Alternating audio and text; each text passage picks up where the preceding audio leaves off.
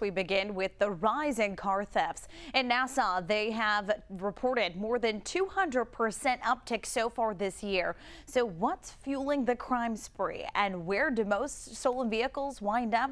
News 12's Kevin Vesey joins us live with the latest. And Kevin, you have what police are saying about all of this tonight.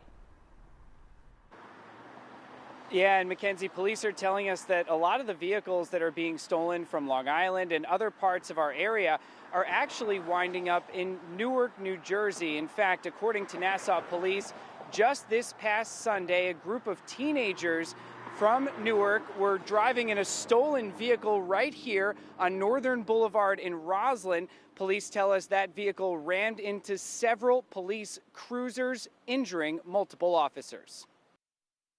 My cops are getting hurt trying to recover your property. Nassau Police Commissioner Patrick Ryder was visibly frustrated, speaking about a car chase on Sunday that left 5 of his officers injured. They were trying to arrest 3 teens in a stolen vehicle on Northern Boulevard in Roslyn when the thieves slammed into their patrol cars.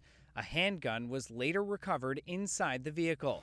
Another example of a car being stolen with the keys left inside. 97% of the cars stolen are stolen with cars that are unlocked and the fobs left in their cars. This morning, another vehicle was stolen at a gas station in Syosset, and thieves were caught on camera this weekend rummaging through cars in Manhasset.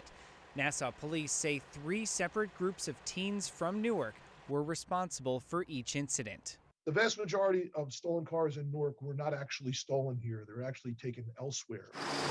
We've been looking into the surge in car thefts and spoke last week with Newark Public Safety Director Brian O'Hara. He says the teens are traveling to upper-class neighborhoods to steal cars, knowing the vehicles might be unlocked with key fobs inside. They later sell the vehicles in Newark, where they're used in violent crimes or shipped overseas to be sold on the black market.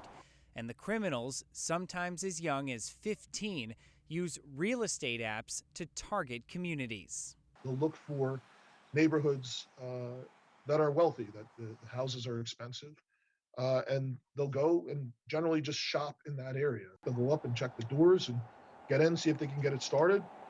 If they can, that person starts heading back to Newark, to this area, to New Jersey. And then along the way, they try and disable the GPS devices in the vehicles.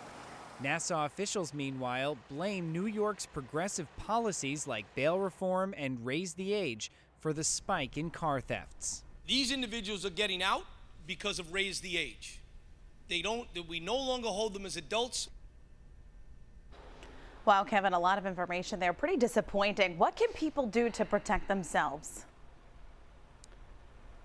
Yeah, so Mackenzie, police cannot overemphasize the importance of locking your car and turning off your engine. In fact, listen to this. This morning, the guy who had his vehicle stolen from a gas station in Syosset, he went inside just for a minute or so to grab coffee and left the engine running.